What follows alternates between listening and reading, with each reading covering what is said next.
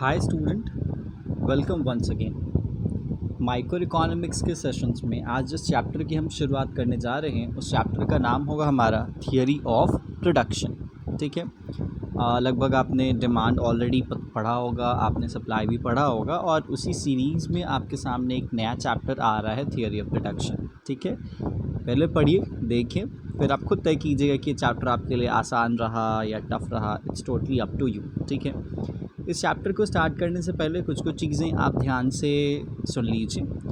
आप अपनी कॉपी, आप अपनी पेन को साथ में रखिएगा। अगर आपके पास कोई अदर नोट्स है या किसी चीज़ का कोई इंस्टीट्यूट का मॉड्यूल है तो वो भी आप साथ में रख सकते हैं। जो भी कॉन्सेप्ट आपको समझाया जाएगा उसका अगर आपको नोट्स बनाना है तो वो भी आप नोट्स बना सकते हैं। और अगर आपको कुछ वर्ड्स अगर मेंशन करने हैं या लिखने हैं तो आप वो भी लिख सकते हो। बट हाँ, हाथ में ज़रूर कुछ रखिएगा ताकि अगर आपको कुछ रिकॉर्ड करना हो, कुछ लिखना हो, नोट बनाना हो तो आप बनाते जाएँ साथ में। ठीक है, चलिए अब यहाँ पे ध्यान से हम पूरे कॉन्सेप्ट को समझेंगे इसी चैप्टर पे, इसी पेज पे, इसी स्क्रीन पे। ठीक है, और जो चीज़ें मैं आपको बताते जाऊँगा उन चीज़ों का अगर आप नोट करो तो आपके लिए थोड़ा सा ज़्यादा अच्छा होगा। जब आपके एग्जामिनेशंस के टाइम पे आपको रिवीजन करना होगा तो आपको पूरा चैप्टर थॉरली कवर नहीं करना होगा। ठीक है, देखो भाई, सबसे पहला यहाँ पे पॉइंट आता है टर्म प्रोडक्शन का, क्योंकि चैप्टर का नाम क्या है, थियरी ऑफ प्रोडक्शन। ठीक है, तो आपको सबसे पहले क्या समझना चाहिए, सर ये प्रोडक्शन क्या होता है। देखो भाई,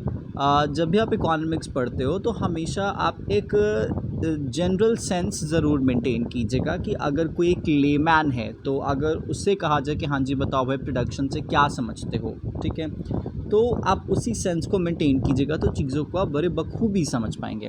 आमतौर पे अगर मैं आपसे पूछूँ प्रोडक्शन तो कोई भी यहाँ पे बता सकता है, ऐसा नहीं कि नहीं बता सकता। वो कह सकता है कि सब प्रोडक्शन एक ऐसा प्रोसेस है जिस प्रोसेस में हम रॉ मटेरियल से फिनिश गुड्स को क्या करते हैं, तैयार करते हैं। या फिर production refers to the process of conversion of raw material into finish goods. ठीक है, उम्मीद है आपके जहन में ये आंसर चल रहा होगा। ठीक है, ये तो पहला आंसर हुआ।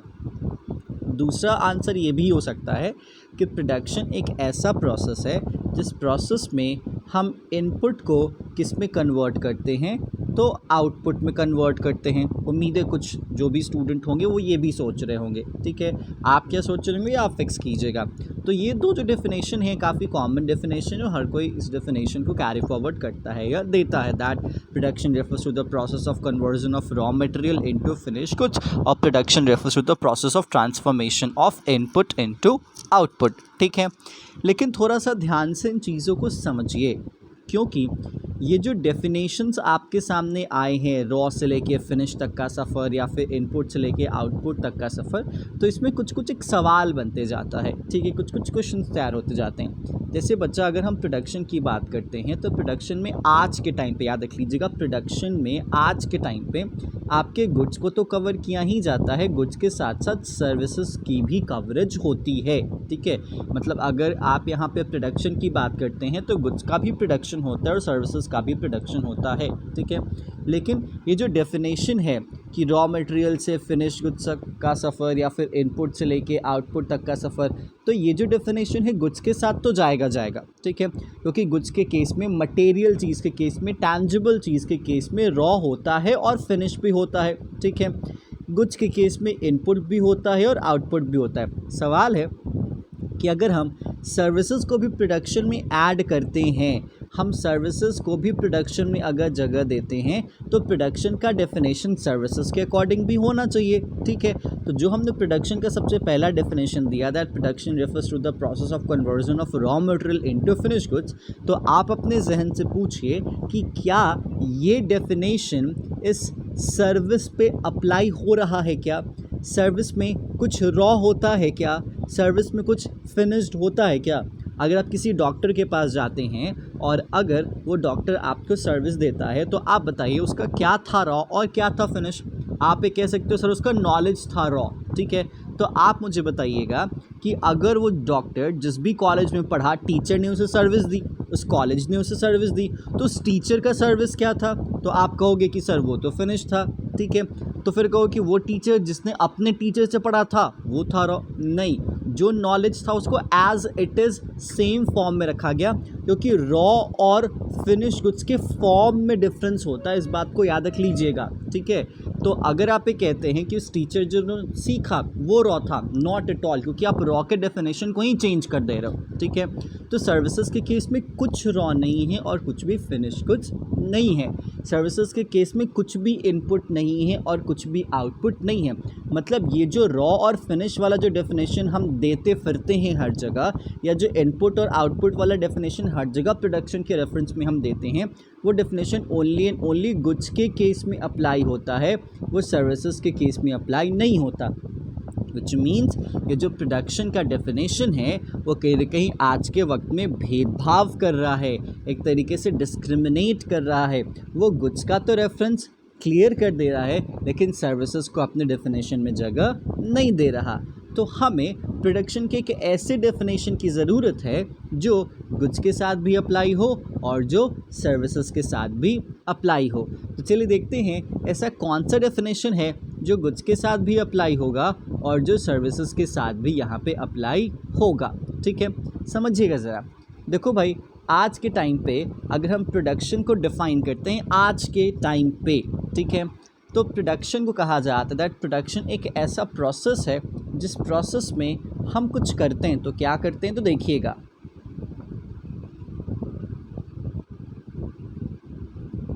क्रिएशन ऑफ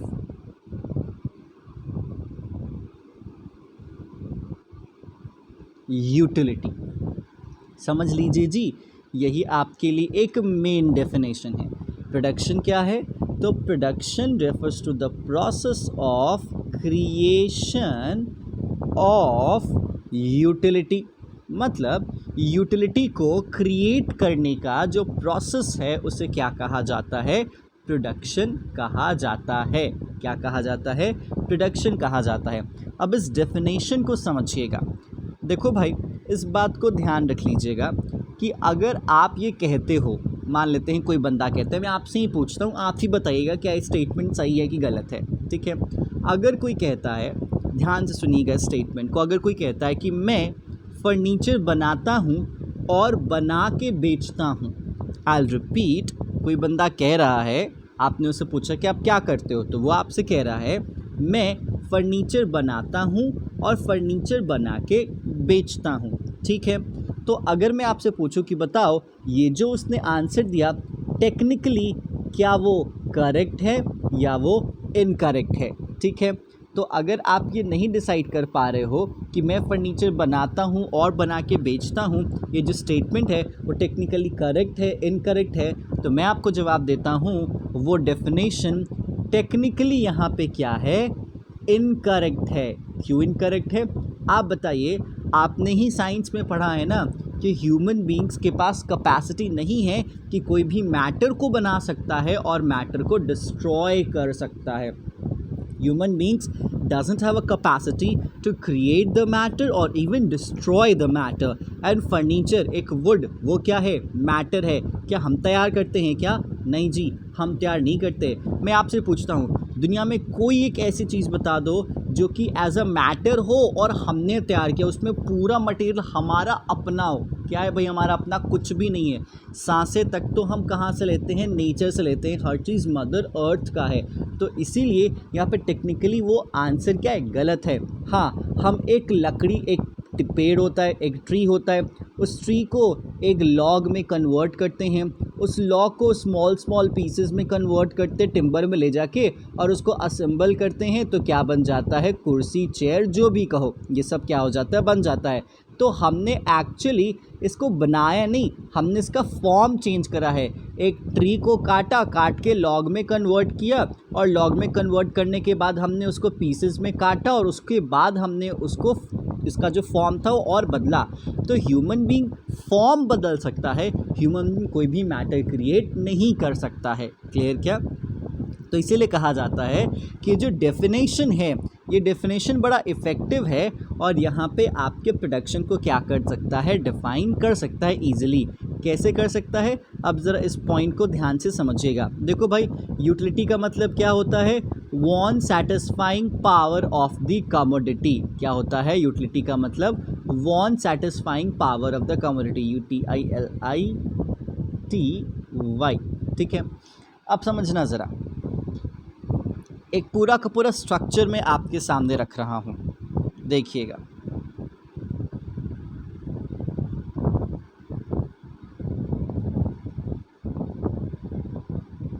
हाँ जी, देखिएगा ज़रा ध्यान से।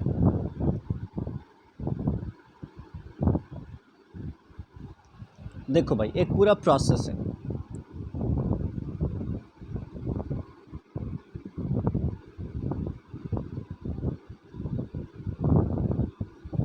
ये रहा एक ट्री, ठीक है। एक इंसान है जिसके हाथ में सपोज दैट एक कुल्हाड़ी है, ठीक है। इस कुल्हाड़ी की मदद से उसने ट्री को कट करा और कट करके लॉग में क्या कर दिया, कन्वर्ट कर दिया, ठीक है। अच्छी बात है। अब इस लॉग को कहाँ लेके जाया गया, टिम्बर में लेके जाया गया, ठीक है।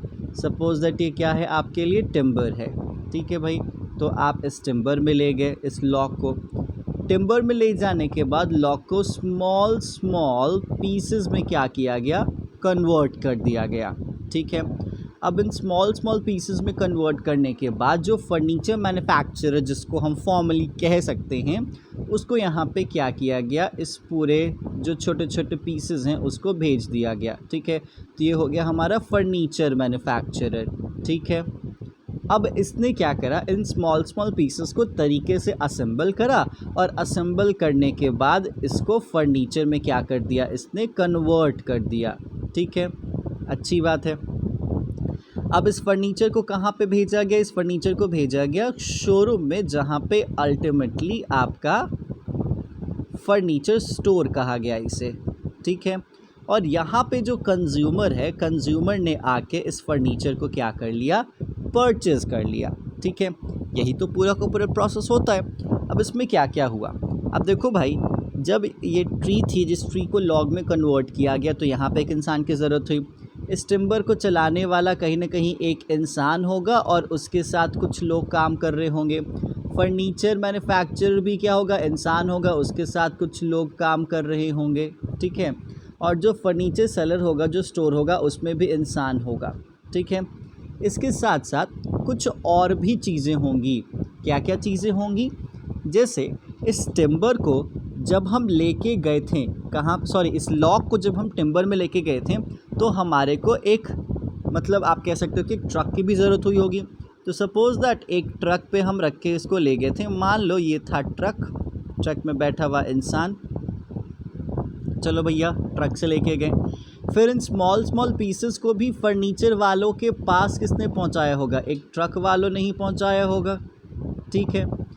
फिर यहाँ से भी इस फर्नीचर को किसने पहुंचाया होगा, तो वो भी एक ट्रक वाला होगा कहीं ना कहीं। समझ में आया क्या? यही तो पूरा का पूरा प्रोसेस होता है। अब देखो, मैं आपसे पूछता हूँ, क्या आप इस पूरे के पूरे प्रोसेस को, आप बताइए, इस पूरे के पूरे जो प्रोसेस आपके सामने मेंशन किए गए हैं, ठीक है, जो कि आपको क्लियरली नज़र भी आ रहा होगा, क्या आप इस पूरे के पूरे प्रोसेस को प्रोडक्शन कहोगे या नहीं कहोगे? बताना ज़रा, क्या ये जो पूरा का पूरा स्ट्रक्चर है और प्रोडक्शन का हिस्सा है कि नहीं? क्या यही प्रोडक्शन है कि नहीं है? अगर आपका जवाब हाँ है तो ये है सही जवाब। हाँ जी, ये प्रोडक्शन है। सर, आपने तो कहा कि रॉ से फिनिश या इनपुट से आउटपुट वो एक अलग अप्रोच है। आपने ये भी कहा that production refers to the process of creation of utility. तो अब ज़रा समझो, मैंने आपको क्या बताया, प्रोडक्शन एक ऐसा प्रोसेस है जिस प्रोसेस में हम क्या करते हैं, क्रिएट करते हैं। और क्या क्रिएट करते हैं? यूटिलिटी करते हैं क्रिएट, ठीक है। अब ज़रा इस चीज़ को ध्यान से समझने की कोशिश करना। क्रिएशन ऑफ यूटिलिटी, क्या क्रिएशन ऑफ यूटिलिटी हमारे प्रोडक्शन का हिस्सा है? आप ये चीज़ एक्सेप्ट करते हो, ठीक है। यूटिलिटी है क्या, ये जानिएगा। Wants satisfying power of the community. किसी भी कम्युनिटी में अगर पावर है कि वो वॉन्ट सेटिस्फाई करता है, मतलब वो यूटिलिटी है। और उस पावर को तैयार करना, माइंड दैट, उस पावर को तैयार करने का प्रोसेस क्या है? यूटिलिटी है। अब आपसे कुछ सवाल जवाब। भैया ये बताइए, अगर आपके घर में अगर कोई गेस्ट आते हैं तो उन गेस्ट को कहाँ पे बैठाओगे? फर्नीचर पे बैठाओगे या फिर पेड़ पे बैठाओगे? ठीक है। अपने ड्राइंग रूम में, अपने लिविंग रूम में आप फर्नीचर सेट करोगे कि एक आम का पेड़ लगाओगे, एक जामुन का पेड़ लगाओगे, एक कटहल का पेड़ लगा लो। आप कहोगे हाँ जी शर्मा जी आइए आम के पेड़ पे चढ़ जाइए, वर्मा जी आइए आप कटहल के पेड़ पे चढ़ जाइए, आप पीपल के पेड़ पे चढ़ जाइए, यही है हमारा सोफ़ा। नहीं कहोगे ना ऐसा, ये तो बेवकूफ़ी वाली बात हो गई। ठीक है, तो आपको अल्टीमेटली यहाँ पे साफ साफ दिख रहा होगा कि ये जो फॉर्म है, ये वाला जो फॉर्म है वो मेरे नीड एंड वांट को सेटिस्फाई नहीं कर रहा। ठीक है, तो मैंने क्या किया, इसका पूरा का पूरा फॉर्म बदला। क्या करा, इसका पूरा का पूरा फॉर्म बदला। तो यूटिलिटी यहाँ पे 4 तरीक़ों की मेंशन की जाती है। अगर आपको कॉपी मेंशन करना हो तो मेंशन कीजिए, आगे मैं बताऊँगा। ठीक है, फर्स्ट इज़ फॉर्म यूटिलिटी। क्या होता है फॉर्म यूटिलिटी, समझना ज़रा। फॉर्म यूटिलिटी का मतलब क्या, कि जब हम किसी भी चीज़ की shape, size, colour, quantity, specification, potency, इन चीज़ों को चेंज करते हैं और उस फॉर्म को यूजेबल फॉर्म में लेके आते हैं। ठीक है, हम उस फॉर्म में लेके आते हैं जिस फॉर्म में लोगों को मांगता है, जिस फॉर्म में लोगों की ज़रूरत है। ठीक है, तो उसी को कहा जाता है क्रिएशन ऑफ फॉर्म यूटिलिटी। तो भाई लोगों को इस फॉर्म में ज़रूरत थी, मतलब फर्नीचर का ये फॉर्म चाहिए था, ये फॉर्म नहीं चाहिए था। तो यहाँ से ये जो पूरा का पूरा प्रोसेस था जिस फॉर्म को बदलने का, उसे क्या कहा जाएगा, फॉर्म यूटिलिटी कहा जाएगा।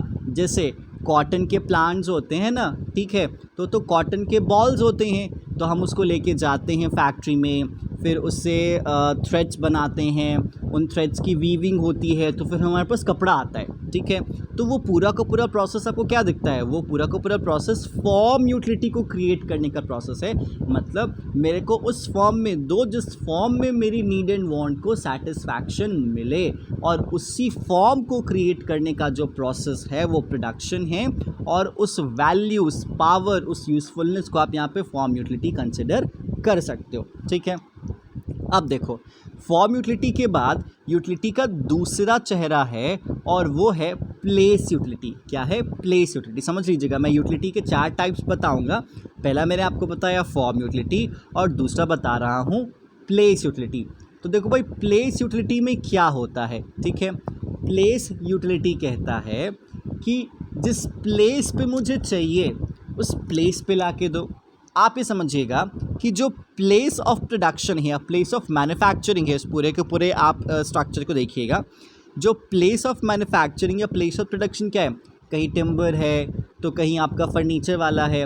लेकिन जो प्लेस ऑफ कंजम्पशन है, क्या है, जो प्लेस ऑफ कंजम्पशन है वो कंज्यूमर का अपना घर है, अपना लोकेलिटी है। ठीक है, तो प्लेस यूटिलिटी कहता है कि अगर कोई किसी भी सामान को यहाँ से वहाँ ले जाके प्लेस के फॉर्म में किसी के नीड एंड वांट को सेटिस्फाई करता है, this is what we call creation of place utility.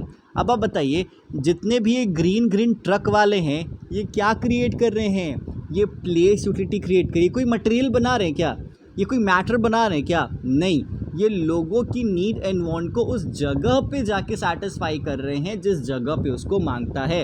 याद रख लीजिएगा, ये ट्रांसपोर्टर्स जो कि एक्चुअली सर्विस प्रोवाइडर हैं, ये भी प्रोड्यूसर हैं, क्योंकि ये प्लेस यूटिलिटी क्रिएट कर रहे हैं। एंड यूटिलिटी क्रिएट करने का जो प्रोसेस है उसे ही क्या कहा जाता है, प्रोडक्शन कहा जाता है। तब समझ में आया कि बस गुड्स ही प्रोडक्शन का हिस्सा नहीं है, सर्विसेज भी प्रोडक्शन के कवरेज में आती है। तो चलिए भाई, आपने 2 यूटिलिटी क्रिएट होता हुआ देख लिया। पहला क्या देखा, फॉर्म यूटिलिटी। ठीक है, जिस फॉर्म में मांगता है उस फॉर्म में दो। दूसरा आपने देखा क्या, प्लेस यूटिलिटी, जिस प्लेस पे मांगता है उस प्लेस पे दो। ठीक है, अब ये जो प्लेस का फंड है ना, बहुत कॉमन देखोगे आप। देखो जैसे ऑरिजिन्स कहाँ, ऑरिजिन जो कहें, जो ऑरेंजेस हैं वो कहाँ के फेमस हैं, नागपुर के। ठीक है, लेकिन बिकते पूरे बाज़ार में, पूरे दुनिया के बाज़ार में हैं। ठीक है, जो पश्मीना वूल है, ठीक है, वो कहाँ की फेमस, कहाँ है, कश्मीर में, लेकिन मिलती पूरे वर्ल्ड में है। ठीक है, तो इसी तरीके से ये सारे के सारे प्लेस यूटिलिटी का एक सिस्टम है जो कि काम करता है। अब हम यूटिलिटी के 3rd फॉर्म पे आते हैं और वो है टाइम यूटिलिटी। क्या है भैया, टाइम यूटिलिटी। अब देखो यहाँ पे अगर हम टाइम यूटिलिटी की बात करते हैं तो वो कैसे क्रिएट होता है समझिएगा। ठीक है, जिस तरीके से प्लेस ऑफ प्रोडक्शन और प्लेस ऑफ कंजम्पशन में डिफरेंस होता है, ठीक उसी तरीके से टाइम ऑफ प्रोडक्शन और टाइम ऑफ कंजम्पशन में क्या होता है, डिफरेंस होता है। आप बताइए, आपसे सिंपल सा बेसिक सा सवाल है, ठीक है। स्वेटर्स बिकते कब हैं? आई रिपीट, स्वेटर्स बिकते कब हैं? आप कहोगे सर ठंडी में, विंटर्स में। हाँ जी, विंटर्स में ही बिकते हैं, लेकिन सवाल है कि भैया बनते कब हैं? ठंडी में ही बनते हैं। देखो भाई, ठंडी में तो नहीं बनते। हाँ, जो घर के स्वेटर्स हैं वो ठंडी में बन सकते हैं, जो मम्मी लोग बनाती हैं, आंटीज़ लोग बनाती हैं, मैं उसकी बात नहीं कर रहा, मैं प्रॉपरली बिजनेस की बात कर रहा हूँ, ठीक है। तो आप इस बात को समझिएगा कि जो स्वेटर्स हैं वो बिकते भले ही ठंडी में हैं, लेकिन बनते कब हैं? समर्स में। लेकिन समर और विंटर के बीच का टाइम गैप तो होता है ना, तो उस टाइम गैप को फुलफ़िल कौन करता है? तो उस टाइम गैप को फुलफ़िल करता है वेयर हाउस। मतलब फर्नीचर मैन्युफैक्चरर फर्नीचर तो बना लिया, ठीक है, फर्नीचर स्टोर में भी भेज दिया, लेकिन इसका कहीं ना कहीं वेयर हाउस भी होगा। क्या होगा? वेयर हाउस भी होगा, गोडाउन भी होगा, गोदाम भी होगा। और उस गोदाम में फर्नीचर तब तक रहेगा जब तक कोई ऑर्डर ना आ जाए और जब तक ख़रीदने के लिए कोई ख़रीदार ना आ जाए। तो वेयर हाउस वाले क्या कर रहे हैं भैया? कुछ सामान बना रहे हैं क्या? नहीं, सामान को अपने पास रख रहे हैं ताकि सही समय पे उस सामान से लोगों की नीड एंड वांट को फुलफ़िल किया जाए। तो वेयर हाउस वाले भी क्या दे रहे हैं आपको? सर्विस ही दे रहे हैं। तो ये भी क्या हो गया? Service provider. And service provider production करते हैं। समझ में आया कि टाइम यूटिलिटी कैसे क्रिएट होती है? तो सर टाइम यूटिलिटी क्रिएट होती है वेयर हाउस के मदद से, स्टोरेज के मदद से, गोडाउन के मदद से। That's it. तो ये हुआ यूटिलिटी का थर्ड टाइप।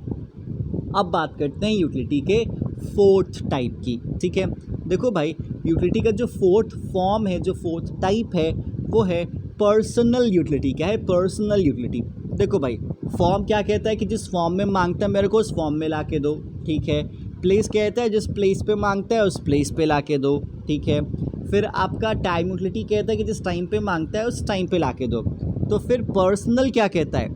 जिस पर्सन से मांगता है उस पर्सन का फॉर्म ला के दो। जैसे आप सिंपल सा देखो, किसी डॉक्टर के पास जाते हो तो क्या वो आपको अपना ज्ञान दे देता है? क्या नहीं, वो आपको अपनी पर्सनलाइज सर्विस देता है। तो समझिएगा, जब किसी भी इंसान का, देखिए, जब किसी भी इंसान का, ठीक है, जब किसी भी इंसान का knowledge, skill, expertise, exposure, efficiency, effectiveness किसी दूसरे के नीड एंड वांट की सेटिस्फैक्शन का कंफर्मेशन करता है, उसे कहा जाता है personal utility. Like doctor, teacher, chartered accountant, lawyer, company secretary, ये जो सारे लोग हैं वो क्या देते हैं? सर्विस ही तो देते हैं। और इनकी सर्विस से लोगों की नीड एंड वांट सेटिस्फाई होती है कि नहीं होती है? तो ये लोग क्या कर रहे हैं? ये लोग प्रोडक्शन ही कर रहे हैं। लेकिन प्रोडक्शन में क्या क्रिएट कर रहे हैं? तो प्रोडक्शन में पर्सनल यूटिलिटी क्रिएट कर रहे हैं। तब देखोगे इस पूरे के पूरे प्रोसेस में आपको साफ साफ नज़र आएगा, इस पूरे के पूरे प्रोसेस में हर एक हिस्सा, भले ही वो सर्विस वाला हो या भले ही वो गुड्स वाला हो, सभी प्रोडक्शन के कवरेज में काउंट किए जाएंगे। तो बात यहीं पे आके रुक जाती है और बात यहीं पे सिंपल है, ठीक है। जब हम कहते हैं that production refers to the process of creation of utility, ठीक है। और भैया यूटिलिटी कितने फॉर्म की है? तो यूटिलिटी 4, ठीक है। First is form utility, second is place utility, third is time utility and fourth is personal utility. और इन्हीं यूटिलिटीज़ को क्रिएट करने का जो प्रोसेस है, उस प्रोसेस को क्या कहा जाता है? प्रोडक्शन कहा जाता है। दैट्स इट, ठीक है। उम्मीद है अब आपको ये पूरा का पूरा फंडा क्या हुआ होगा, समझ में आया होगा कि प्रोडक्शन को किस तरीके से यहाँ पे डिफ़ाइन किया जाता है। देखो यहाँ पे कहता है, ध्यान से देखिएगा, इस पॉइंट को समझिएगा। कहते हैं production consist of various processes to add utility to natural resources for gaining greater satisfaction from them by. मतलब प्रोडक्शन में बहुत सारे प्रोसेसेस होते हैं जिसके थ्रू हम यूटिलिटी ऐड करते हैं नेचुरल रिसोर्सेज में, ताकि हमारे को ज़्यादा से ज़्यादा सेटिस्फैक्शन मिल सके। सबसे पहला फॉर्म क्या है, सबसे पहला पॉइंट क्या है, changing the form of natural resources. आप बताइए डायमंड जिस फॉर्म में हमें मिलता है अगर हम उसी फॉर्म में लेके चले तो क्या डायमंड डायमंड होगा क्या? जो गोल्ड जिस फॉर्म में हमें मिलता है अगर हम उसी में लेके चले तो क्या गोल्ड गोल्ड होगा क्या? नहीं जी, नहीं होगा। जो क्रूड ऑयल हमें मिलता है अगर हम उसी फॉर्म में लेके चले तो क्या हम पेट्रोल और डीजल की बात करेंगे क्या? जो लिथियम हमें मिलता है ज़मीन से, जिस लिथियम की माइनिंग होती है, अगर हम उसको एज इट इज़ ही रहें और एज इट इज़ हम यूज़ करें तो क्या हमारे पास बैटरी आ पाएगा क्या? क्या हमारे पास इलेक्ट्रिक कार्स आ पाएंगे क्या? क्या हमारे फ़ोन्स चार्ज हो पाएंगे क्या? Not at all. So that's why we need to change the form of natural resources so that we can able to satisfy our need and wants, and that's called creation of form utility. That's it. Next, second point, changing the place of the resources from the place where they are of little or no use to another place where they are of greater use. Simple as that. जैसे मैंने अभी lithium का नाम लिया, देखो भाई lithium ज़्यादा कहाँ मिलता है? आई थिंक अफ्रीका में मिलता है, ठीक है। चाइना में भी लिथियम मिलता है, ठीक है। अब यहाँ पे अफ्रीका में लिथियम एज सच कोई यूज़ नहीं है तो वहाँ से उसको निकाला जा रहा है, फिर यूएस भेजा जा रहा है, ठीक है। टेस्ला का नाम आपने सुना होगा जो कि इलेक्ट्रिक कार्स बना रही है, एप्पल भी इलेक्ट्रिक कार्स में आ रही है, ठीक है। तो ये सब वहाँ से लेके आ रहे हैं, ठीक है। वहाँ पे एज सच उसकी कोई नीड नहीं है तो उसको यहाँ से वहाँ पहुँचाया जा रहा है जहाँ पे उसकी ज़रूरत है और वहाँ पे जाके जिसकी ज़रूरत को फुलफ़िल कर सकता है, ठीक है। हमारे पास ऑरेंजेस ज़्यादा होते हैं, ऐसा नहीं कि नहीं होते हैं, जहाँ पे ज़रूरत है वहाँ पे भेज देते हैं, ठीक है। आप ये समझ लीजिएगा कि इंडिया के स्पाइसेस की खुशबू आपको बगदाद तक मिलेगी, ठीक है। बगदाद के जो ड्राई फ्रूट्स हैं वो आपको इंडिया में भी आते नज़र आएंगे ही आएंगे, ठीक है। असम के चाय की खुशबू पूरे के पूरे इंडिया में फैलती है ना जी, आप ये समझ लीजिए, ठीक है। तो इस तरीके से हर एक सेक्शन का अपना स्पेशलाइजेशन है और ये जो प्लेस यूटिलिटी क्रिएट करके ही हम उस चीज़ को सेटिस्फाई कर सकते हैं, दैट्स इट। तो इसलिए एक्सट्रैक्शन फ्रॉम अर्थ बेस का एग्जांपल है, ट्रांसफरिंग ऑफ गुड्स। देखो बस सीधी बात है, यहाँ पे एक चीज़ की बात होगी, ट्रांसपोर्टेशन, दैट्स इट। ट्रांसपोर्टेशन के अलावा आप किसी चीज़ की बात नहीं करेंगे। फॉर्म के केस में आप एक टर्म यूज़ कर सकते हो, मैन्युफैक्चरिंग, दैट्स इट, ठीक है। नेक्स्ट, उसके बाद मैंने आपको क्या बताया, टाइम का फंडा, making available material at times where they are not normally available. Example, harvested food grains are stored for till next harvest, ठीक है। तो सिंपल चीज़ है, अगर हमारे को आना चाहिए होगा तो इस साल हम बचाएंगे ताकि पूरे साल खाएं, तब फिर हमारे को अगले साल मिलेगा। तो उसमें मतलब आपकी कौन करता है, तो वेयर हाउस करता है, ठीक है।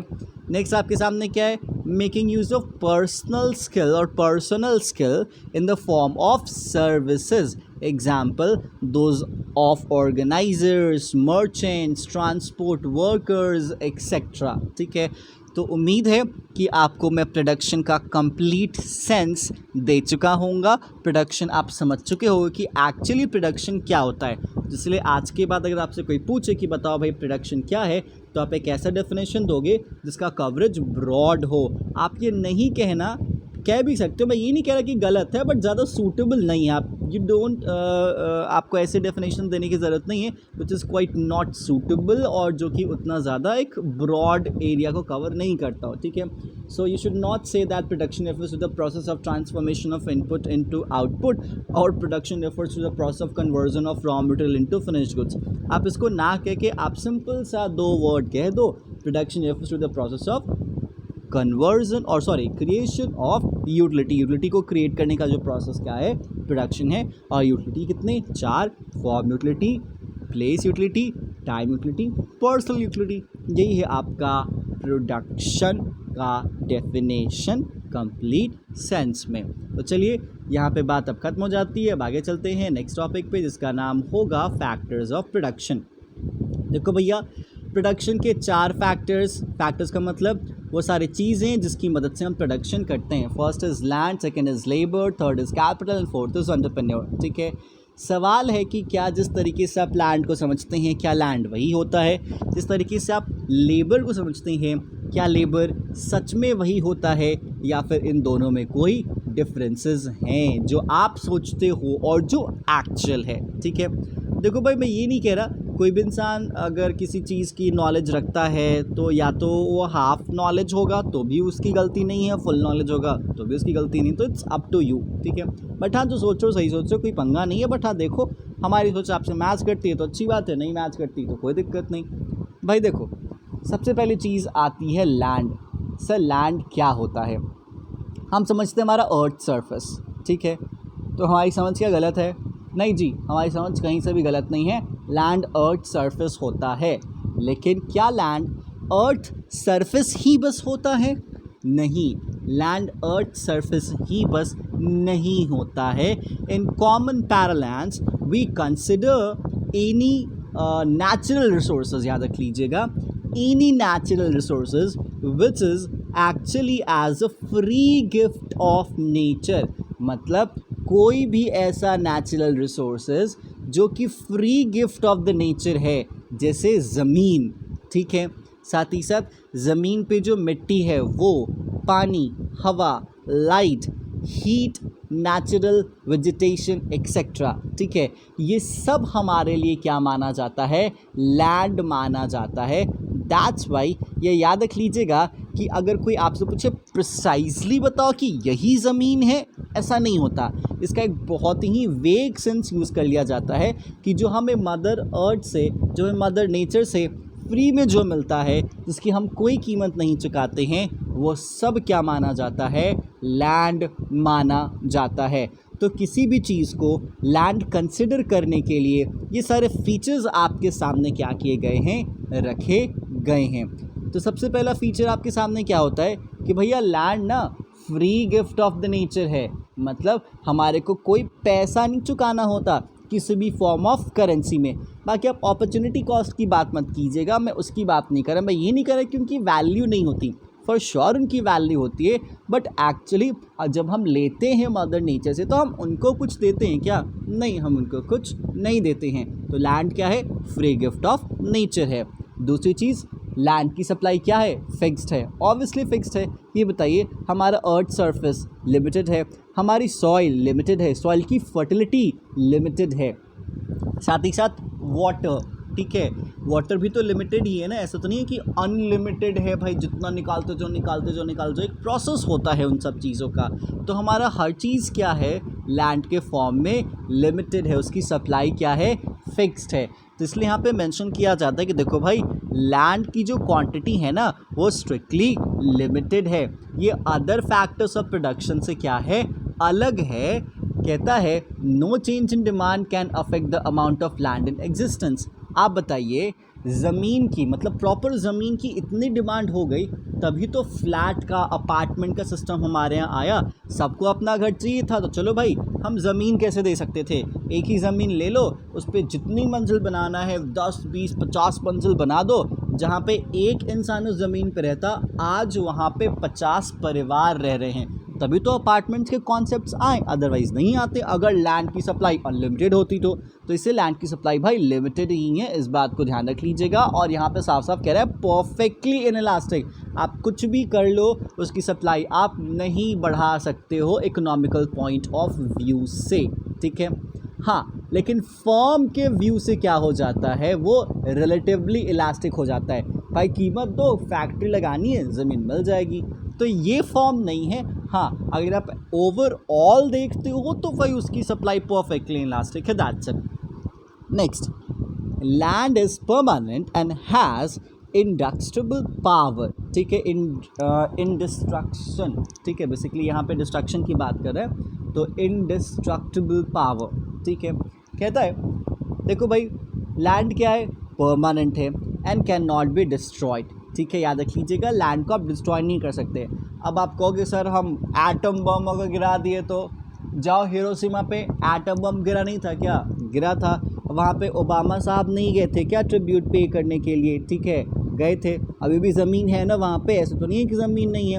अब आप करोगे सर हम छेद कर देंगे, उनकी बात में नहीं कर रहा, आप अपना ख्याली पुलाव बनाते रहिए। तो देखो भाई, लैंड को कभी भी डिस्ट्रॉय नहीं किया जा सकता है, मैटर्स हमेशा अवेलेबल होंगे, ये बात आप याद रख लीजिएगा।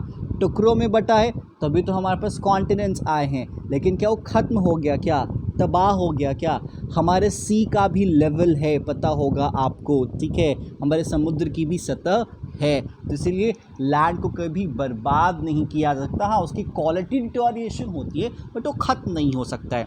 नेक्स्ट, लैंड क्या है? पैसिव फैक्टर प्रोडक्शन है। पैसिव फैक्टर प्रोडक्शन का मतलब क्या? देखो भाई, यहाँ पे कहता है कि जब तक आप उस पर कुछ अप्लाई नहीं कीजिएगा, जब तक आप उस पर कुछ काम नहीं कीजिएगा, उस पर कुछ एफर्ट नहीं लगाया जाएगा, वो एज मच एज प्रोडक्टिव नहीं है। हाँ, जंगल लग जाएंगे वो उसकी बात नहीं कर रहा, इसलिए यहाँ पे कहता है कि लैंड कोई एक्टिव फैक्टर नहीं है। Unless human effort is excise on land, it not produce anything on its own. अपने आप से कुछ प्रोड्यूस नहीं कर सकता, ह्यूमन के लिए कोई वैल्यू एज सच प्रोड्यूस नहीं कर सकता है, ठीक है।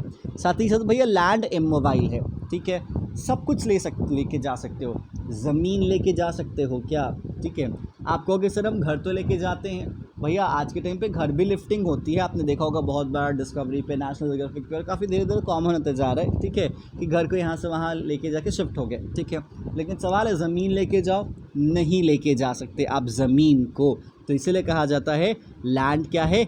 इमोबाइल है। Land cannot be shifted physically from one place to another. The natural factors typically to a given place cannot be shifted to other places. That's it. Next, भाई land के multiple uses हैं, ये तो हमको पता ही है कि लैंड के मल्टीपल यूजेस हैं।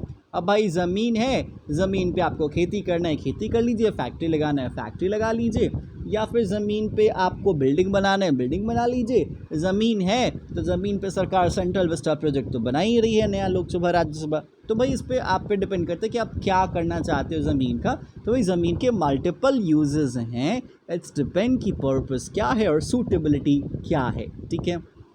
नेक्स्ट, लैंड क्या है? हेट्रोजीनियस है।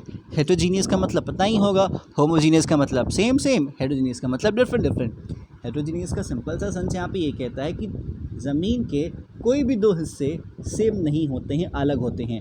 आप उनकी क्वालिटी की बात कर लीजिए, आप उनके फर्टिलिटी की बात कर लीजिए, आप उनके सिचुएशन की बात कर लीजिए। So land is heterogeneous in a nature, that's it. तो बात होगी लैंड की। अब हम बात करते हैं लेबर की, ठीक है। जनरली जब आपको कोई लेबर कहता है तो आपके जहन में कैसा पिक्चर आता है? एक इंसान, ठीक है। लेबर क्या है? एक इंसान है, ठीक है।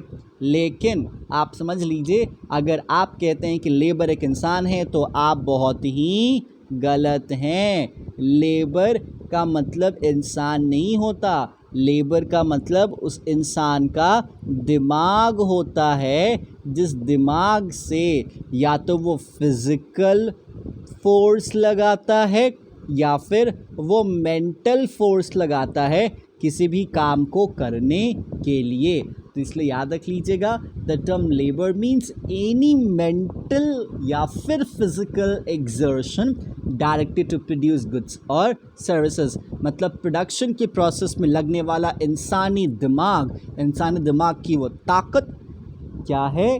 लेबर है। तो सर इंसान क्या है बच्चा? उस इंसान का नाम है लेबरर। मतलब जो लेबर का इस्तेमाल करता है वो इंसान लेबरर है, और उसकी जो दिमाग की ताकत है, जो दिमाग की शक्ति है, या फिर जो उसकी शारीरिक शक्ति है, जो उसकी बॉडी कैपेसिटी है, जो उसका फिजिकल पावर है, वो उसका लेबर है। जैसे ऑफिस में बैठ के क्या किया जाता है? तो मेंटल पावर लगाया जाता है। लेकिन जो आपके वर्कर्स ग्राउंड लेवल पे काम करते हैं, इट्स लाइक कि आप ये कह सकते हो कि जो कंस्ट्रक्शन साइट्स पे काम कर रहे हैं वो क्या कर रहे हैं? वो अपना फिजिकल पावर लगा रहे हैं, तो स्टिल वो लेबर ही कर रहे हैं। दोनों लेबर ही है, ऑफिस वाला भी और कंस्ट्रक्शन साइट वाला भी, दोनों का काम जो है वो लेबर के कैटेगरी में आएगा, और दोनों जो इंसान है उनको क्या कहा जाएगा? लेबरर कंसिडर किया जाएगा। तो ये है भैया आपके लेबर की कहानी, ठीक है।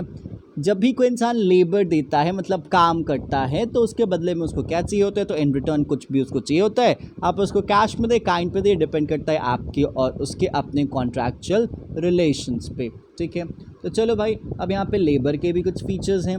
सबसे पहले चीज़, लेबर में क्या चीज़ें आती हैं? तो भैया ये ह्यूमन एफर्ट है, ठीक है। ह्यूमन एफर्ट, हाँ जी, क्या है ये? ह्यूमन एफर्ट है। अलग फैक्टर से क्या है? डिफरेंट होता है। आप कुछ भी फैक्टर्स लेके आओ, जब तक ह्यूमन एफर्ट नहीं लगेगा वो सारी चीज़ें खत्म रहेंगी एज इट इज़। इसलिए कहता है labour as compare with other factors is different, it is connected with human efforts where as other factors are not directly connected with human efforts. As a result, there are certain human and psychological considerations which may come up, unlike in the case of other factors. Therefore, leisure, fair treatment, favorable work environment, etc. are essential for laborer. ठीक है, break उस इंसान को चाहिए, fair treatment उस इंसान को चाहिए, फेवरेबल वर्क इन्वायरमेंट उस इंसान को चाहिए, ताकि वो अच्छे से लेबर कर सके। क्या कर सके? अच्छे से वो लेबर कर सके। That's it. नेक्स्ट भैया, लेबर क्या होता है? पेरिशेबल होता है। ठीक है, अब लेबर पेरिशेबल कैसे होता है, ये बात आप ध्यान से समझने की कोशिश कीजिएगा। ठीक है, आप ही देखिएगा कि जैसे जैसे वक्त बीतते जाता है, क्या होते जाता है, जैसे जैसे वक्त बीतते जाता है, समय बीतते जाता है, ज़माना बीतते जाता है, ठीक है, लोगों की जो सोचने समझने की कैपेसिटी होती है वो भी क्या होते जाती है? चेंज होते जाती है। अगर मैं यहाँ पे कहूँ तो वो भी क्या होते जाती है? घटते जाती है, कम होते जाती है। तो इसलिए कहा जाता है कि अगर कोई इंसान अपने काफ़ी यंग एज में है, क्या है, अगर कोई इंसान अपने काफ़ी यंग एज में है तो जो उसकी कैपेसिटी होगी वो बहुत ज़्यादा होगी इन कंपेयर टू वो इंसान जो कि अपने ओल्ड एज में है, जो कि बेचारा क्या हो चुका है? बूढ़ा हो चुका है। इसके सोचने समझने की शक्ति भी क्या होती जाएगी? धीरे धीरे कम होते जाएगी। तो ये ज़्यादा इफेक्टिव होगा ये वाला बंदा, और ये वाला बंदा क्या होगा?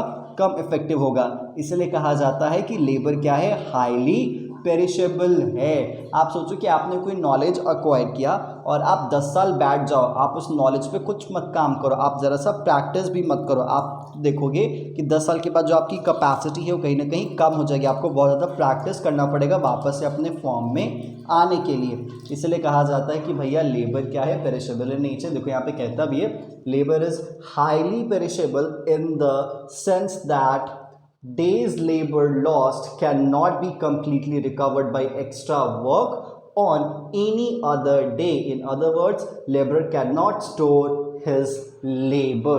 अगर आप डे बाय डे अपनी चीज़ों को लूज़ करते जा रहे हो तो आप उसको रिकवर नहीं कर सकते, आप अपने लेबर को रिकवर नहीं कर सकते हो। बात जो है वो साफ है।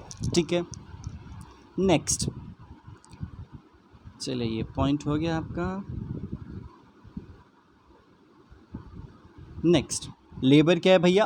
एक्टिव फैक्टर है। ठीक है, आपने अभी देखा होगा कि हमने लैंड के बारे में कहा था, लैंड क्या है? एक पैसिव फैक्टर है, लेकिन लेबर क्या आपके सामने हो जाता है?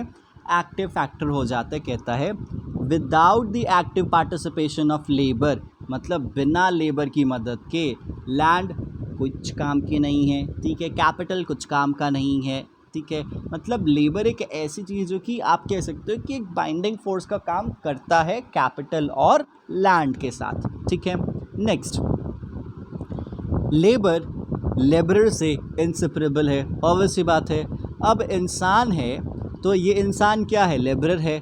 अब क्या इस इंसान का आप दिमाग निकाल दोगे तो क्या काम होगा? क्या नहीं होगा। तो इसीलिए इसका दिमाग इसके बॉडी में ही रहेगा, तभी चीज़ें काम करेंगी, अदरवाइज चीज़ें काम नहीं करेंगी। दैट्स वाई लेबर और लेबरर क्या होते हैं?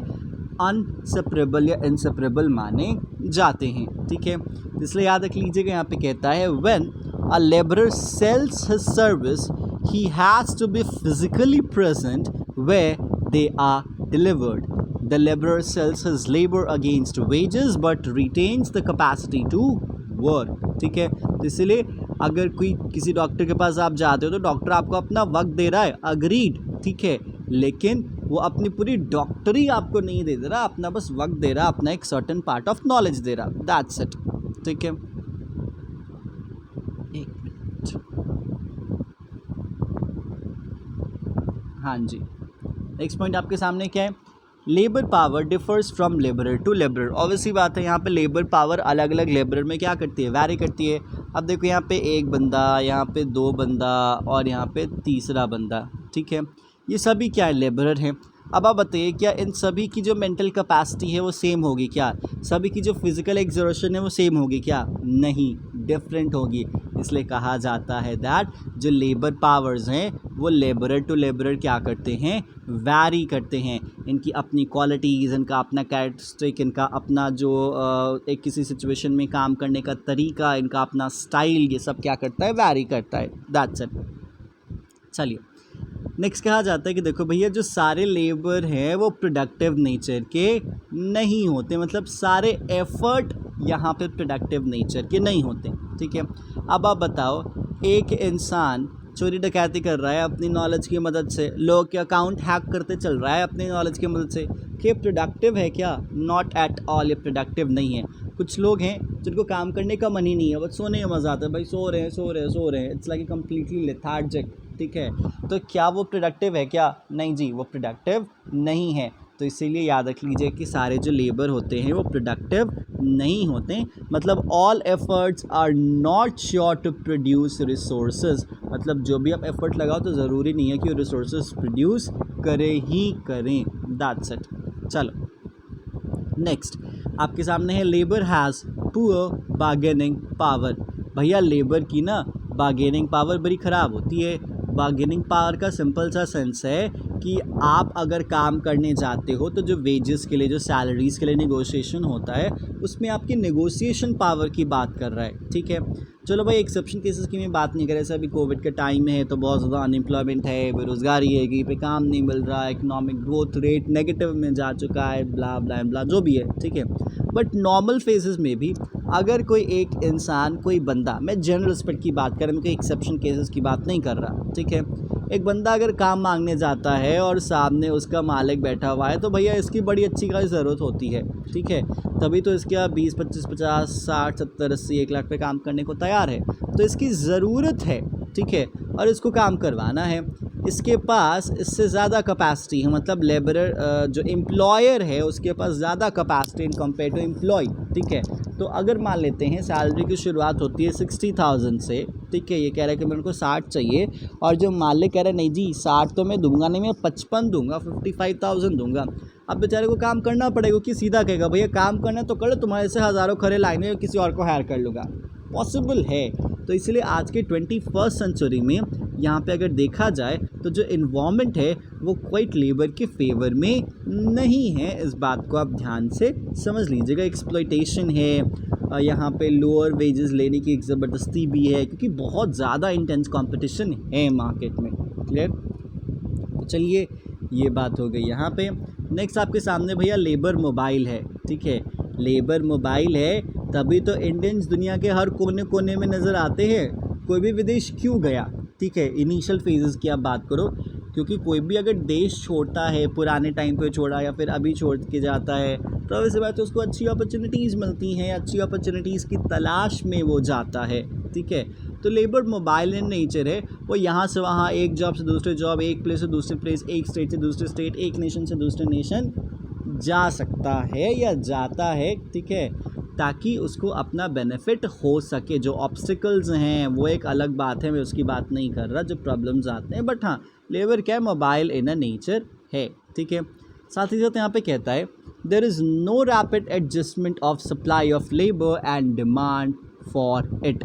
देखो भाई, लेबर की सप्लाई और लेबर का डिमांड, एक बेसिक सा सेंस मैं कह रहा हूँ, समझिएगा इस सेंस को। इंटरनेशनल लेवल पे, एक मिनट,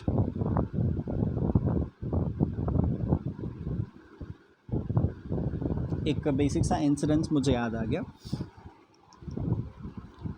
बेसिकली अगर किसी भी कंट्री की अगर हम बात करते हैं तो आज के टाइम पे उसके इंटरनेशनल रिलेशंस खूब सारे हैं। ठीक है, बट आमतौर पे ये देखा गया है, आप इसको डिनाई नहीं कीजिएगा। ठीक है, जो रियलिटी है, जो फैक्ट है वो फैक्ट है, आप इस बात को समझिए। आमतौर पे देखा गया है कि अगर किसी कंट्री को, इंडिया का जो रिप्रेजेंटेशन होता है इंटरनेशनल लेवल पे, ठीक है, विद यूनाइटेड नेशंस की बात हो, ठीक है, यूएनडीपी की बात हो, ठीक है, सिक्योरिटी काउंसिल्स की बात हो, या फिर बहुत सारे जो अलग अलग कंट्रीज़ में जाके जो रिप्रेजेंटेशंस देते हैं, ठीक है, तो वो डिप्लोमैट्स होते हैं। बेसिकली क्या होते हैं, वो डिप्लोमैट्स होते हैं, उनको फॉरेन डिप्लोमैट्स कहा जाता है। आप जाते हैं अलग अलग कंट्री में, Australia, Africa, Sudan, Nigeria, Iran, Iraq, Saudi, Germany, France, US, Netherland, कहीं भी आप कोई भी इंडियंस जाता है, भेजा जाता है उनको, ताकि उस देश से उनके रिश्ते अच्छे हो सके। क्या हो सके? उनके रिश्ते अच्छे हो सके। ठीक है, अब रिश्ते अगर अच्छे हो सकें तो ऑब्वियस सी बात है वहाँ पे जो लोग इन रिश्तों का रिप्रेजेंटेशन करेंगे उनके पास अच्छा एक्सपीरियंस हो, उनको पता हो कि क्या बोलना चाहिए, क्या नहीं बोलना चाहिए, उस देश की संस्कृति क्या है, ये हमारे देश और उस देश के बीच का रिश्ता क्या है। ठीक है, तभी जाके वो अपनी कंट्री का एक स्ट्रॉन्ग बॉन्ड तैयार कर पाएंगे उस दूसरी कंट्री से। ठीक है, क्योंकि आज के टाइम पे दुश्मन से ज़्यादा आपको दोस्त बनाना चाहिए, तभी आप इंटरनेशनल लेवल पे काम कर पाओगे।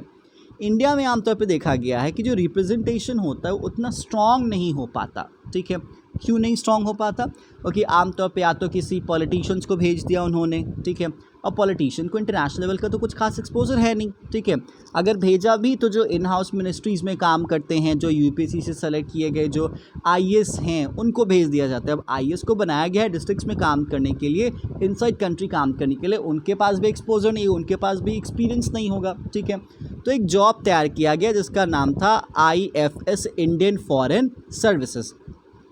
लेकिन जनरली आम तौर पे हम या तो IRS को भेज देते हैं, इंडियन रेवेन्यू सर्विसेज, जो कि टैक्स डिपार्टमेंट में काम करते हैं, मतलब अपने यहाँ के ब्यूरोक्रेट्स को भेज देते हैं कि हाँ जी जाओ रिप्रेजेंटेशन करके आओ। वो एक सप्ताह उसने अपने रिसर्च वो करा और जाके जो उसको बोलना था बोल के आगे, बट हमारे को मिला कुछ नहीं आज सच। ठीक है, तो इस केस में आपको नज़र आएगा कि इंडिया बहुत बार फेल हो जाता है अपने रिश्ते बनाने के लिए। ठीक है, इंडिया में लगभग अगर आप ऑन एन एवरेज देखोगे तो 800 फॉरेन डिप्लोमेट्स की टीम है। ठीक है, लेकिन अगर आप देखोगे सिंगापुर जैसा देश, उसके पास 800 डिप्लोमेट्स हैं। ठीक है, अगर आप यूनाइटेड स्टेट्स ऑफ अमेरिका की बात करते हो तो उसके पास 20 से लेके 22,000 प्रॉपर्ली ऐसे लोग हैं जो कि इसी काम के लिए ही बनाए गए हैं। चाइना की अगर आप बात करते हो तो लगभग चाइना के पास लगभग 40,000 लोगों की टीम है जो कि काम करती है। आप सोचो कि एक तरफ चाइना जैसी कंट्री जिनसे हम compete करने की बात करते हैं, 40,000 की टीम है जो कि अलग अलग देशों में जाती हैं, उनका रिप्रेजेंटेशन करती है, जो कि यही काम करने के लिए ही बनाई गई है। हमारे यहाँ क्या होता है, हाँ जी जाइए, IAS उठ के चल गया, IRS उठ के चला गया, चलो भैया लो काम करो। तो वहाँ पे हम बहुत बार पिटफॉल्स का एक्सपीरियंस करते हैं, बहुत सारे लूप होल्स रह जाते हैं, क्योंकि वहाँ पे काम करने के लिए आपको वक्त चाहिए होता है, लगभग 10 साल 15 साल का एक्सपीरियंस चाहिए होता है। अब सोचो कि ठीक है सर कोई दिक्कत ना, यूपीसी से फिर से और ढेर सारे बंदे को हायर कर लेते हैं। आप हायर तो कर लोगे, लेकिन वो सारे फ्रेशर्स रहेंगे, उनको लगभग कम से कम 10 साल का वक्त लगेगा उस गैप को फिल करने के लिए। और तुम सोचो कि 10 साल के बाद और यूएस कहाँ चला जाएगा, और सिंगापुर कहाँ चला जाएगा, और चाइना कहाँ चला जाएगा। तो आप ये बताइए, ये जो लेबर्स की डिमांड है कि भाई इंटरनेशनल लेवल पे हमारे को रिप्रेजेंट करने वाले लोग चाहिए, ठीक है, और ऐसे लोग चाहिए जो कि कॉन्क्रीट तरीके से बात रख सके वहाँ के कंट्री के सेंटिमेंट्स के अकॉर्डिंग। क्या ये पॉसिबल है कि भाई 1 साल 2 साल में हो जाए? चलो मैं तो 1 से 2 साल भी लेके चल रहा हूँ, ठीक है, हो सकता है क्या? नहीं हो सकता है। ठीक है, तो इसीलिए यहाँ पे आपके सामने पॉइंट कहा जाता है, point number 9, that there is no rapid adjustment of supply of labour to the demand for it. मतलब यहाँ पे अगर डिमांड और सप्लाई में गैप हुआ तो इसका कोई रैपिड एडजस्टमेंट नहीं होता। इसलिए किसी देश को सालों लग जाते हैं डेवलप होने में, भले ही वो रिसोर्स से कितना ही रिच हो, क्यों ना कल्चरली रिच हो, और क्यों ना वहाँ पे एक्सपोजर की बहुत सारी अपॉर्चुनिटीज़ हों। तो इसीलिए ये पंगा होता है। तो उम्मीद आपको चीज़ें समझ में आई होंगी। Next, choice between hours of labour and hours of leisure. Business studies में आपने फैटिग स्टडी ज़रूर पढ़ा होगा। ठीक है, एक इंसान काम करते करते थक जाता है, अगर आप उसको बिना ब्रेक दिए काम करवाओगे तो प्रोडक्टिविटी का लेवल क्या हो जाएगा? डाउन हो जाएगा। और अगर प्रोडक्टिविटी का लेवल डाउन हो जाएगा तो आपके लिए परेशानी खड़ी हो जाएगी। तो इसीलिए आपको उसको ब्रेक देना होगा ताकि उसका प्रोडक्टिविटी का लेवल क्या हो सके? मेंटेन हो सके। अब आप कितना ब्रेक दो, कितनी बार ब्रेक दो, it's up to you, but if we actually want to increase the productive capacity of the labor, then you should choose that कि वो लेबर कितने घंटे काम करेगा और कितने घंटे वो काम से ब्रेक लेगा। That's it। ठीक है, जैसे देखो यहाँ पे एक पॉइंट मार्क कर रहे हैं, a laborer, just a minute, हाँ जी, कहता है a laborer can make a choice between the hours of labor and the hours of leisure, This feature gives rise to peculiar backward bending shape of supply curve of labor. The supply of labor and wage rate is directly related. It implies that as wage rate increases, labor tends to increase the supply of labor, but reducing the hours of leisure. However, beyond the desired level of income, the laborer reduces the supply of labor and increases the hours of leisure in response to further rise in the wage rate. This is he prefers to have most of rest and leisure than earning more money. समझिएगा, आपको confirm समझ में नहीं आया होगा, इसको समझते हैं ग्राफ से, ठीक है। क्योंकि ऐसे ही जगह होते हैं जहाँ पे आपको हमारे जैसे लोगों की थोड़ी सी ज़रूरत पड़ जाती है।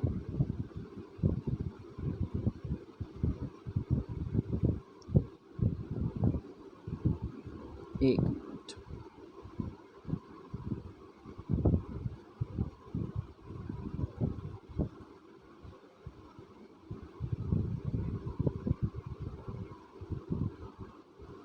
हाँ जी,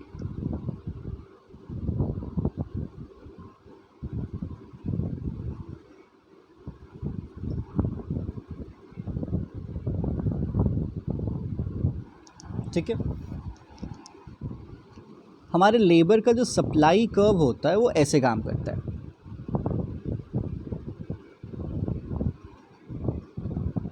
देखो, शुरुआत में जाता है, डायरेक्टली प्रोपोर्शनल होता है और उसके बाद ये ऐसे बेंड कर जाता है, ठीक है।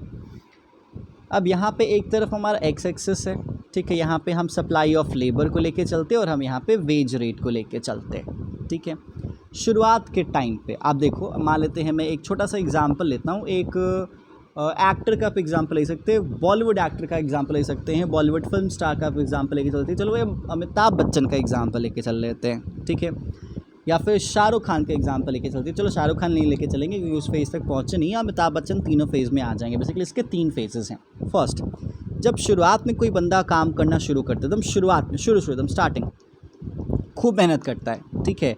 अपना लेबर का जो टाइम है वो भी बढ़ाता है और जितना वो काम करता है उसका वेज रेट भी बढ़ते जाता है। मतलब जितना काम उतना पैसा, जितना काम उतना पैसा। तो जब अमिताभ बच्चन आए होंगे तो खूब काम किए होंगे, तो खूब पैसा बटोरा उन्होंने, ठीक है। तो यहाँ पे देखोगे डायरेक्टली प्रोपोर्शनल है, ठीक है। लेबर भी ज़्यादा तो वेजेस भी ज़्यादा, फिर लेबर ज़्यादा तो फिर वेजेस ज़्यादा। लेकिन एक फेज़ तक, ठीक है, उन्होंने अपना जो लेबर का सप्लाई था उसको कांस्टेंट कर लिया, भैया हम इतना ही काम करेंगे, ठीक है। अब जब इतना ही काम करोगे तो या तो आपका वेजेस धीरे धीरे भी बढ़ भी सकता है आपकी काम की क्वालिटी से, ठीक है, या फिर वो कांस्टेंट भी हो सकता है। उसके बाद जब धीरे धीरे वक्त कम होते जाता है, आगे इंसान और बढ़ते जाता है, तो लेबर की सप्लाई घटा देता है लेकिन उसका वेजेस और बढ़ते ही जाते हैं। देख लो भाई, लेबर कम है मतलब मेहनत कम कर रहे हैं और सप्लाई अब क्या ज़्यादा है। अब देखो, अमिताभ बच्चन बन गए, मतलब सुपरस्टार बन गए, ठीक है। तो अब वो कम काम करेंगे, किसी एक शो में मतलब 5 मिनट के लिए भी आगे शिरकत भी कर लिया उन्होंने तो उनको पैसे मिल गए। पहले था कि भैया शिरकत नहीं करना, आओ एक्टिंग करो, डांस करो, एंटरटेनमेंट करो, 4 घंटा 5 घंटा दो तब पैसे मिलेंगे। अब क्या है, भैया अमिताभ बच्चन आ गए, भैया एक झलक दिखला दो, उनको करोड़ रुपए मिल जाते हैं उन चीज़ों से। तो ये फंडा है लेबर का, इस बात को समझिएगा। ये किसी एक इंसान की बात नहीं होती, ग्रुप की बात होती है। जैसे जो लोअर कैटेगरीज में वर्कर्स होते हैं, ठीक है, जो क्वाइट अनएडुकेटेड होते हैं, जो स्पेशलाइज नहीं होते हैं, तो वो इस फर्स्ट स्टेज में होते हैं। जो प्रोफेशनल्स होते हैं, क्या होता है, जो प्रोफेशनल्स होते हैं, ठीक है, लाइक डॉक्टर्स, चार्टर्ड अकाउंटेंट्स, ठीक है, जैसे स्पेशलाइज होते जाते हैं, वो सेकंड स्टेज में आ जाते हैं। क्या आते हैं सेकंड स्टेज में, ठीक है, जहाँ पे उनकी लेबर की सप्लाई फिक्स्ड है, ठीक है, लेबर की सप्लाई फिक्स्ड है, वेजेस बढ़ भी सकते हैं, वेजेस घट भी सकते हैं, तो इस सेकंड फेज में आते हैं। लेकिन ऐसे लोग जिनके अंदर एक स्पेशल टैलेंट होता है, ऐसे लोग जो कि एक स्पेशल कैटेगरी से बिलोंग करते हैं, जैसे फिल्म स्टार्स हो जाते हैं, तो वो कौन से फेज़ में आते हैं, थर्ड फेज़ में आते हैं। वक्त के साथ उनकी लेबर की सप्लाई तो घटते जाती है लेकिन उनका जो वेजेस है वो क्या होते जाता है, बढ़ते जाता है।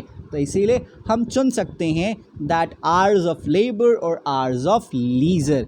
यहाँ पे आपको दिखेगा, मतलब ये जो थर्ड वाला फेज़ है ना, इस वाले फेज़ में, ठीक है, यहाँ पे आराम ज़्यादा काम कम है, लेकिन इस फर्स्ट वाले फेज़ में काम ज़्यादा आराम क्या है, कम है, ठीक है। आप सेकेंड फेज़ में कह सकते हो जितना आराम है उतना काम है, दैट्स इट। तो यही बात आपको समझाने की कोशिश कर रहा था, वो वाला लाइन या वो वाला पॉइंट। अब आप इसको आराम से पढ़ भी सकते हो, ये क्या कह रहा है आप इसको देख लीजिए, कोई प्रॉब्लम है तो आप फिर पूछेगा तो फिर आगे डिस्कस करेंगे। चलिए फिर हम थर्ड पॉइंट पे चले आते हैं भैया, कैपिटल जी हैं, ठीक है। देखो भाई कैपिटल क्या है, तो यहाँ पे कैपिटल कहता है कि मैं वेल्थ का पार्ट हूँ, ठीक है। मैं वेल्थ का पार्ट कैसे हूँ समझिएगा, पूंजी आपके पापा, ठीक है, इन अ गुड फेथ। अगर किसी को बुरा लगे तो माफ़ कीजिएगा, मैं एग्जांपल ले रहा हूँ, ठीक है। मैं इधर उधर की बात नहीं कर रहा, मैं सीधा एग्जांपल की बात कर रहा हूँ, ठीक है। आपके फादर हैं, चलो भाई गवर्नमेंट जॉब है उनके पास, खूब काम करा उन्होंने, अच्छा खासा मेहनत करके एकदम अच्छा खासा पैसा कमाया उन्होंने, ठीक है। आप हो गए उनके बेटा जी या बेटी जी, जो भी आप कह लो, जो भी आप अपने आप को मानना है भैया मान लो, ठीक है। अब आपको काट गया है स्टार्टअप का कीड़ा, ठीक है। पापा कह रहे हैं भाई सरकारी जॉब पे चले जाओ, इस पर कर लो वो कर लो वो कर लो, आप कह रहे हो हम तो भैया स्टार्टअप करेंगे, ठीक है। भाई स्टार्टअप करेंगे तो शुरुआत में लोग पैसा नहीं लगाते भाई, रिस्क होता है, आपको अपना काम करना होता है, तो आपको बूट स्ट्रैपिंग करना होता है। बूट स्ट्रैपिंग इट्स लाइक कि आप जो अपने फंड्स हैं, जो पैसे, जो पूंजी है बिजनेस की, या तो अपने सेविंग्स से निकालते हो या फिर अपने फ्रेंड्स से रिलेटिव से मांगते हो, मतलब जिनकी जान पहचान है तो भरोसे भी देते हैं, हाँ भैया बड़ा तेज है, कुछ ना कुछ कर ही लेगा, ठीक है, डूबेगा नहीं। तो फिर आपने अपने पिताजी की संपत्ति से, जिसको हम वेल्थ कहते हैं, उसमें से कहा कि किस दिन के लिए रखे हुए हो, दो हमें, धंधा पानी करें, तो क्या लो भैया लेके जाओ, सब तो तुम्हारा ही है, आज करो बर्बाद कल करो बर्बाद, ठीक है। तो अगर आप नालायक नहीं होगे तो बर्बाद नहीं करोगे। तो फिर आप इस पैसे को लेके गए और आपने इस पैसे को अपने बिजनेस में लगाया, तो एक्चुअली ये पहले आपके पापा का वेल्थ था, अब आपके बिजनेस में आके लग गया, तो जर्नल एंट्री क्या करोगे उस पैसे की, cash account debit to capital account. भले ही ये कैश कहाँ से है इसका कोई फ़र्क नहीं पड़ता, कैश आपके पापा के लॉकर से आया है, उनके बैंक अकाउंट से, बट उनके वेल्थ से आया है, लेकिन आप एंट्री क्या कर रहे हो, cash account debit to capital account. That's why कहा जाता है कि वेल्थ कैपिटल का क्या होता है, सॉरी कैपिटल क्या होता है, वेल्थ का पार्ट होता है। अब भले वो आपके पापा जी की बात करो या किसी इन्वेस्टर की बात करो, कोई भी यहाँ पे वेंचर कैपिटलिस्ट की बात करो, भैया पैसा तो उसके संपत्ति का ही होता है, ठीक है। और एक और बात कहा जाता है, कैपिटल एक प्रोड्यूस्ड मीन्स ऑफ प्रोडक्शन है। क्या है, कैपिटल एक प्रोड्यूस्ड मीन्स ऑफ प्रोडक्शन है, और कैपिटल स्टॉक कॉन्सेप्ट में आता है क्योंकि उसको पॉइंट ऑफ टाइम पे मेज़र किया जाता है, जो कि पीरियोडिकल इनकम जनरेट करता है। और इनकम क्या है, फ्लो कॉन्सेप्ट याद रखना है। सबसे ऊपर वेल्थ, वेल्थ से निकाला लगाया तो बना कैपिटल, और कैपिटल से कमाया तो बना इनकम। क्या बना, इनकम। कैपिटल कौन सा कॉन्सेप्ट, स्टॉक कॉन्सेप्ट, क्योंकि मेज़र किया जाता है पॉइंट ऑफ टाइम पे। इनकम कौन सा कॉन्सेप्ट, फ्लो कॉन्सेप्ट, क्योंकि ये पीरियोडिकल बेसिस पे पीरियड ऑफ टाइम पे मेज़र किया जाता है। समझ में आया? तो इसलिए उम्मीद है आपको समझ में आ चुका होगा कि वेल्थ क्या है और कैपिटल क्या है। चलिए भाई, टाइप्स ऑफ कैपिटल आपके सामने बता रहा है भैया, देख लीजिएगा। फिक्स कैपिटल, सर्कुलेटिंग कैपिटल, मुझे लगता है कि सब चीज़ों पे आपको टाइम देना चाहिए, आप खुद देख लीजिएगा। अब देखो भाई, कैपिटल फॉर्मेशन का एक छोटा सा तरीका आपको बता रहा है, कैपिटल फॉर्मेशन कैसे होता है, किस किस तरीके से।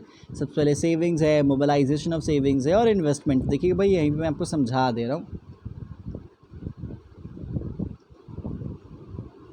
देखो कैसे होता है, काम कैसे करता है।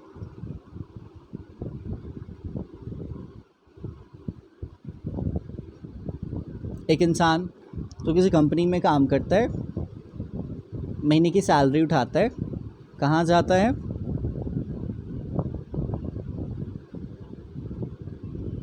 अगर आप सोच रहे हो घर जा रहा है तो आप गलत हो, ये बैंक जा रहा है। कहाँ जा रहा है, ये बैंक जा रहा है, ठीक है। कुछ पैसा तो अपने पास ही रख लेता है, कुछ पैसा बैंक में जमा कर देता है, ठीक है। तो जब भी कुछ पैसा बैंक में जमा कर देगा तो इसको क्या कहा जाएगा, इसको सेविंग्स कहा जाएगा। क्या कहा जाएगा, सेविंग, ठीक है। लेकिन ये एक्चुअली मोबिलाइजेशन ऑफ सेविंग्स इसके बाद हो जाता है। मतलब जब ये पैसा तो अपने पहले घर में लेके जाएगा, और घर से पैसा कहाँ जाएगा, बैंक में। तो पहले इसने पैसा बचाना है, याद रख लीजिएगा। ये वाला जो पॉइंट है वो एक्चुअली मोबिलाइजेशन ऑफ सेविंग्स है। पहले बचेगा तभी तो बैंक में लेके जाएगा, बचेगा या नहीं तो कैसे लेके जाएगा। तो इसलिए पहले क्या आया, सेविंग्स, ठीक है। पहले साहब ने पैसा बचाया, फिर बचा के वो बैंक में ले गए, तो पहले क्या किया, सेविंग, दूसरी बात क्या किया इन्होंने, मोबिलाइजेशन ऑफ सेविंग्स, मतलब उस सेविंग्स को लेके जाके बैंक में जमा करना। ठीक है, अब बैंक के पास आ गया भैया सेविंग, तो दो स्टेप हो गए कैपिटल फॉर्मेशन का। First is saving, second is mobilisation of saving. Saving का मतलब पैसा बचाना, ठीक है, दैट्स इट। या फिर आपकी इनकम का वो हिस्सा जो कि अभी तक अनडिस्पोज्ड है, ठीक है, डिस्पोज नहीं हुआ, यूज़ नहीं हुआ, कंज्यूम नहीं हुआ, खर्च नहीं हुआ, ठीक है। मोबिलाइजेशन का मतलब यहाँ से लेके वहाँ लेके जाना, यहाँ से वहाँ लेके जाना, या फिर इस जगह से वहाँ पे ट्रांसफ़र करना, जो कि हो गया बैंक में। अब क्या होगा, अब बैंक के पास भी तो कुछ लोग खड़े हैं, ठीक है, हाँ जी, कौन खड़ा है, वो कंपनी वाले, सॉरी, कौन वाले, वो कंपनी वाले, वो बिजनेस वाले, ठीक है, जो कह रहे बैंक मुझे लोन दो, क्या करो, मुझे लोन दो, ठीक है। तो बैंक यही पैसा जो कि इस बंदे से लिया था, वो इस बंदे को क्या देगा, लो भैया लोन ले लो। This is what we called channelisation of savings, मतलब अलग अलग चैनल्स में इस बचत किए गए पैसे को क्या किया जा रहा है, लगाया जा रहा है, दिया जा रहा है। अब ये साहब लेके जाके क्या करेंगे, अपनी कंपनी में इन्वेस्ट करेंगे, क्या करेंगे, इन्वेस्ट करेंगे। फिर इस इन्वेस्टमेंट से जो कमाएंगे वो रिटर्न लाके बैंक को देंगे, फिर बैंक क्या करेगा, इनको देगा। तो यही है पूरा का पूरा process. So first is savings, बचाओगे। दूसरा मोबिलाइजेशन ऑफ सेविंग्स, बचे हुए पैसे को लेके जाओगे बैंक में। तीसरा that's called channelisation of savings, उस बचे हुए पैसे को अलग अलग सेक्टर्स, इंडस्ट्रीज, कंपनीज में जाके देना, और उसके बाद वो कंपनीज क्या करती हैं, इन्वेस्ट करती हैं। तो आपका फोर्थ पॉइंट क्या आ जाता है, इन्वेस्टमेंट आ जाता है। तो यही है आपका ओवरऑल कैपिटल फॉर्मेशन का फंडा, जो कि उम्मीद है आपको समझ में आया होगा, ठीक है।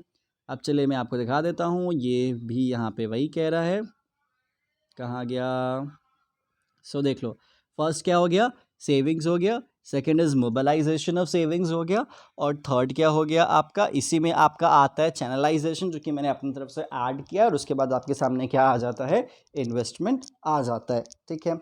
चलो भाई, अब लगे हाथ हम फोर्थ पॉइंट पे बात कर लेते हैं, दैट्स कॉल्ड एंटरप्रेन्योर, जो कि आपका फैक्टर्स ऑफ प्रोडक्शन में आखिरी फैक्टर्स ऑफ प्रोडक्शन साबित होता है, ठीक है। देखो भाई, हमने पढ़ा लैंड, हमने पढ़ा लेबर, हमने पढ़ा कैपिटल, अब हम क्या जानेंगे, अब हम क्या जानेंगे, एंटरप्रेन्योरशिप, ठीक है। ये एंटरप्रेन्योरशिप नहीं जान रहे हम, एंटरप्रेन्योर के बारे में जान रहे कि भैया ये एंटरप्रेन्योर क्या होता है, ये थोड़ा सा देखिएगा, समझने की कोशिश कीजिएगा, ठीक है। देखो, एक ऐसा इंसान, ठीक है, जिसके पास एक स्पेशलाइज्ड स्किल, क्या, एक ऐसा इंसान जिसके पास एक स्पेशलाइज्ड स्किल, एक नॉलेज, एक इनोवेशन की कैपेसिटी, जिसके मदद से वो सारे फैक्टर्स ऑफ प्रोडक्शन को एक जगह पे लाके इफ़ेक्टिव और प्रोडक्टिव प्रोसेस में उसे लेके जाता है, ठीक है। तो एक ऐसा इंसान जिसके दिमाग में आइडिया कंसीव होता है, क्या कंसीव होता है, आइडिया कंसीव होता है, कुछ करने का और कुछ अलग करने का, क्या करने का, याद रख लीजिए, कुछ करने का और कुछ अलग करने का, तभी वो एंटरप्रेन्योर होता है।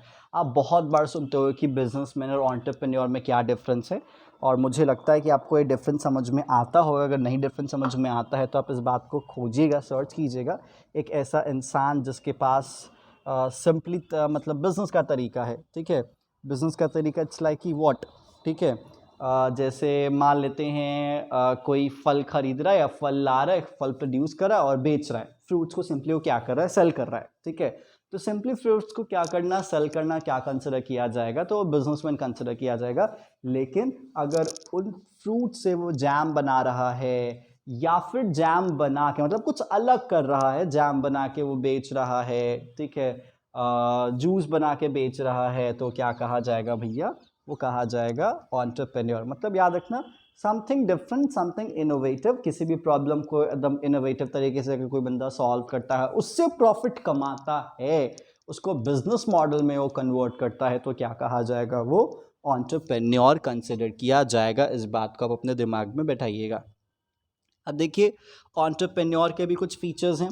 सबसे पहला फीचर आपके सामने क्या है भैया, ये वो बंदा है, वो फैक्टर है जो कि बिजनेस इंटरप्राइज को शुरुआत करता है, बिजनेस को शुरू करता है, और साथ साथ रिसोर्सेज को कोऑर्डिनेट करता है। कोऑर्डिनेट का मतलब लेके आता है, उनको मैनेज करता है एंड ऑल, ठीक है।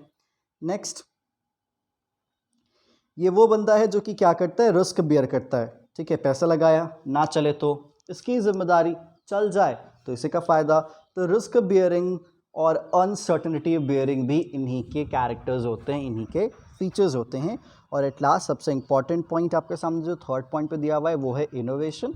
और यही पॉइंट एक एंटरप्रेन्योर को बिजनेसमैन से क्या करती है, अलग करती है, बाइफरकेट करती है। तो यही है आपका line of difference between entrepreneur and any businessman. That's it. तो ये हो गया आपका इनोवेशन का पॉइंट।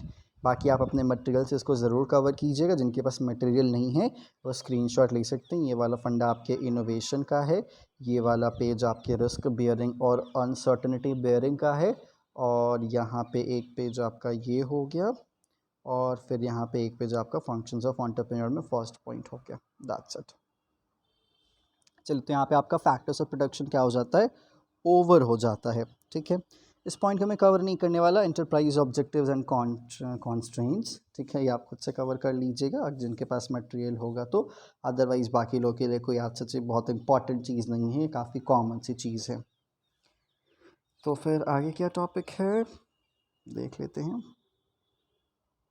चलिए, तो इस सेशन में इतना ही। नेक्स्ट सेशन में हम इस सेकंड टॉपिक को कवर करेंगे, प्रोडक्शन फंक्शन, और यहाँ से थोड़े से टेक्निकल एस्पेक्ट्स क्या हो जाते हैं, शुरू हो जाते हैं। तो अभी तक इंट्रोडक्शन सेक्शन था जो कि आई थिंक आप इंट्रोड्यूस हो चुके होंगे। अब हम जब नेक्स्ट सेशन में आएंगे, नेक्स्ट सीरीज़ को आप कवर करोगे तो इसमें थोड़ा सा हम टेक्निकल अप्रोच का इस्तेमाल करेंगे। बट हाँ, जो चीज़ समझाया है वो समझ के आइएगा, जो दिमाग में है आपका वो कैरी फॉरवर्ड कीजिएगा वीडियो के साथ, तो हम चीज़ों को अच्छे से कैरी फॉरवर्ड करेंगे। तब तक के लिए goodbye and be safe, stay tuned.